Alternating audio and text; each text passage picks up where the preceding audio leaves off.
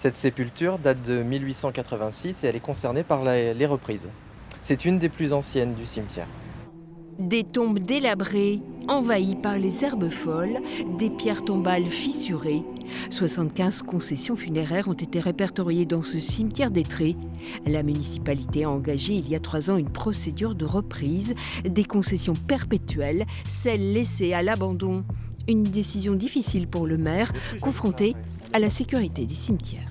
On peut les laisser éternellement, mais uniquement pour celles qui sont en état, qui ne présentent pas de risque. Aujourd'hui, on a des risques d'effondrement, des risques d'éboulement pour une partie des tombes. Et une deuxième partie, on a besoin aussi de place. Sur les tombes, des panneaux pour avertir les familles.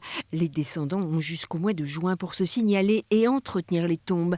La procédure est longue, plusieurs mois avant la démolition des sépultures et l'exhumation des corps.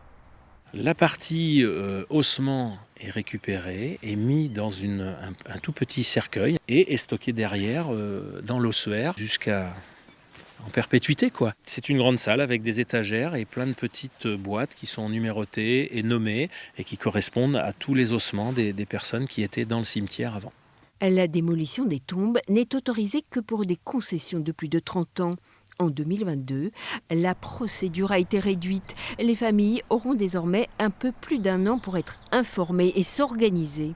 Et si ce n'est pas entretenu, la collectivité pourra reprendre matériellement et physiquement et administrativement l'emplacement. Donc oui, la solution qui s'offre aux familles, c'est d'entretenir leur sépulture pour pouvoir soit bénéficier d'un droit d'inhumation, soit de pérenniser la tombe sur place. Dans le cimetière d'Étré, les travaux de démolition débuteront à l'automne. À ce jour, une seule famille s'est signalée pour conserver et entretenir la concession perpétuelle de ses ancêtres.